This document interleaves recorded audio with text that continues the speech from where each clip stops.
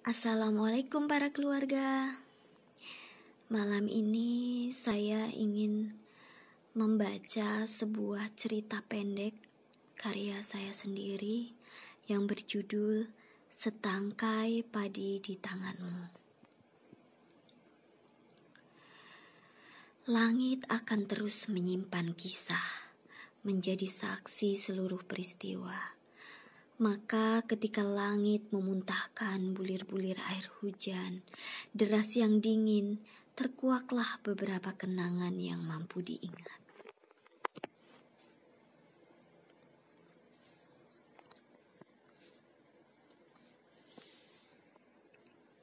Sudah 15 menit aku duduk di sebuah kafe, menyesap secangkir cappuccino hangat, menikmati hujan yang datangnya kira-kira 10 menit yang lalu. Namun derasnya langsung mengusir gerah, mencipta suasana tenang dan menghadirkan bayangan masa lalu. Ra, oi bangun kau. Seseorang memanggil namaku. Gerimis masih terdengar pada atap asbes rumah. Selimut masih terpasang sempurna. Aku enggan beranjak. Tiba-tiba sebuah kepala muncul dari jendela kamar.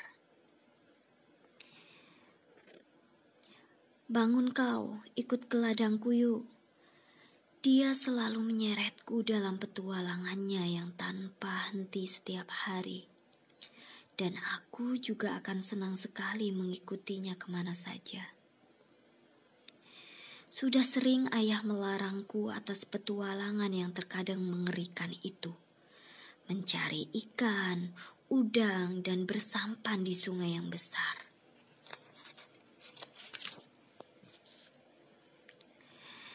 Kadang kami mencari buah hutan sampai kaki tergigit pacet, dirubung nyamuk dan bertemu beberapa ular besar. Tapi bersamanya tak ada perasaan takut sama sekali.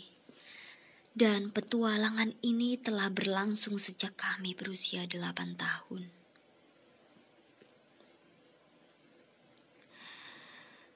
Kami melalui jalanan berlumpur dan menyeberangi sungai yang sedang pasang. Bersyukur ada jembatan kayu dan kami hanya tergenang air sampai ke pinggang. Kami meraba-raba kayu yang menjadi jembatan. Jangan sampai terjebur dan akhirnya basah seluruh tubuh. Di kampung kami tak ada ladang yang dekat dengan pemukiman. Setidaknya melewati rawa, menyeberangi sungai, atau masuk ke dalam hutan. Maka kekuatan orang-orang kampung tak diragukan lagi dalam bekerja dan berjalan jauh. Saat mereka pergi ke ladang, keranjang pandan atau rotan penuh membawa bekal. Beras, kopi, gula, dan terkadang kucing pun dibawanya dengan tujuan untuk memburu tikus di ladang. Yang mempunyai anjing, mereka selalu membawanya sebagai teman, bahkan sebagai penjaga. Seringkali gonggongan anjing itu menjadi penanda jika ada ular atau binatang hutan lainnya seperti kijang, rusa, landak, dan babi liar. Sampailah kami di ladang yang padinya sudah mulai bunting. Ku bersihkan kaki telanjang ini dengan air yang banyak tergenang. Lalu beristirahat di pondok berpanggung tanpa dinding. Hanya atap dari daun rumbia yang ditata rapi menggunakan ikatan rotan. Lantainya pun terbuat dari batangan pohon sebesar betis orang dewasa yang sudah dikupas. Dan kunjungan ke ladang Lidoy, Doi aku memanggilnya, terus berlanjut beberapa hari sekali. Kami tak hanya memetik bayam, timun, jamur kerang, jamur kuping, jagung muda, namun masih berkeliaran memetik buah hutan yang bisa kami makan. Di Pondok Lidoy seringkali berlama-lama cerita tentang apa saja, Sampai suatu hari, Lidoy berbicara serius dengan mata berkaca-kaca. "Rah, kau sudah tahu aku dan keluargaku kan?" Aku mengangguk pelan sembari memandangi wajahnya yang memerah karena hawa panas yang dibawa oleh angin siang hari. "Kau tahu pula kan setiap hari aku mesti cari bahan lauk untuk diri sendiri. Aku ke ladang ini sudah minta izin pada mama untuk memetik sayuran. Dan tentu saja kau diizinkan juga untuk memetiknya." Kulihat dia menghela nafas. Aku masih menunggu kelanjutan ceritanya. "Nasibku sudah bisa ditebak. Aku hanya akan berakhir di bangku sekolah dasar. Setelah itu berladang, menoreh dan menganyam tikar barangkali, seperti mamaku." "Doi," aku diam lagi setelah menyebut namanya. Kulihat lagi wajah dan tubuhnya yang putih kepucatan. Rambutnya dipotong pendek sebahu dibiarkan tergerai.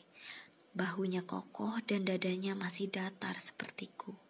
Kami sebaya, masih duduk di bangku sekolah dasar kelas 6. Curahan hatinya berlanjut sampai aku menyadari bahwa nasib setiap orang akan berbeda. Orang tua Lidoy tak mendukung anak-anaknya sekolah tinggi. Cukup bisa membaca dan menulis saja. Sedangkan Lidoy selalu bersemangat ingin melanjutkan sekolah. Apalagi ayah dan ibuku guru dan kami tinggal satu gang. Tentu saja ada impian yang berbeda darinya selain apa yang sudah direncanakan orang tuanya.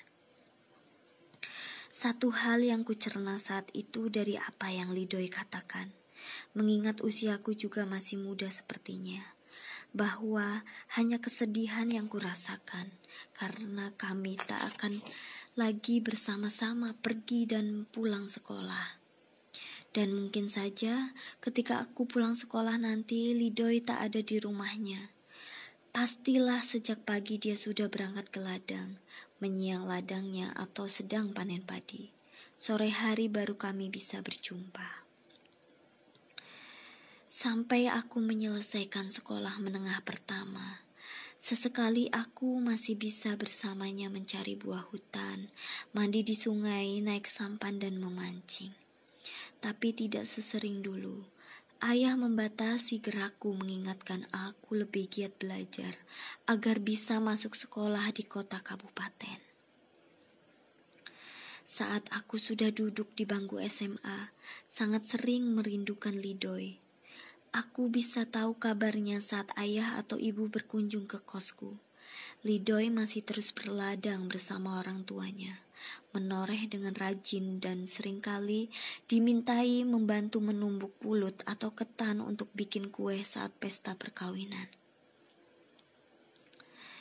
Aku bertanya apakah dia terlihat berpacaran dengan seseorang.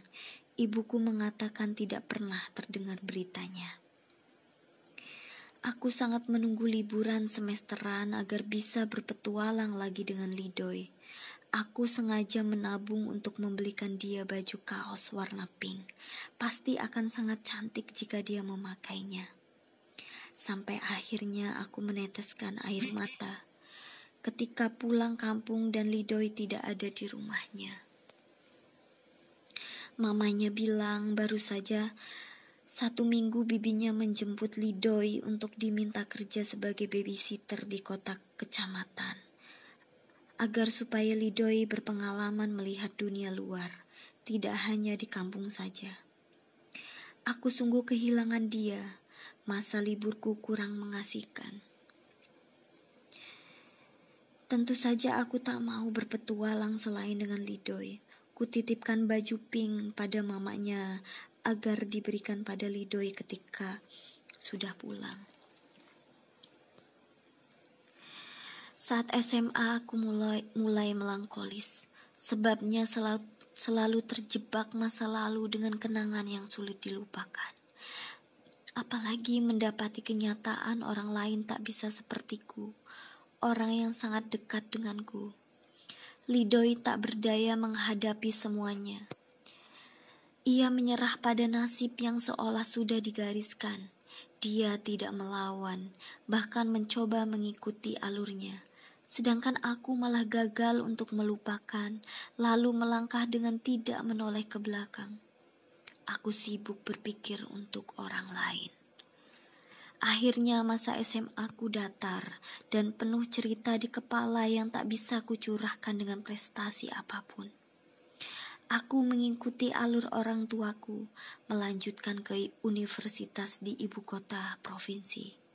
Tak sekalipun aku saat itu bertemu dengan Lidoy, dia pun tak punya ponsel. Kata ibuku sesekali dia pulang. Dan hanya sebentar, kulitnya semakin putih dan tubuhnya semampai. Wajahnya menurutku sedang saja cantiknya, dan bicaranya memang sedikit gagap. Belum ada tanda-tanda dia akan menikah, begitu berita dari ibuku. Semakin jauh aku meninggalkan kampung, semakin jarang aku pulang.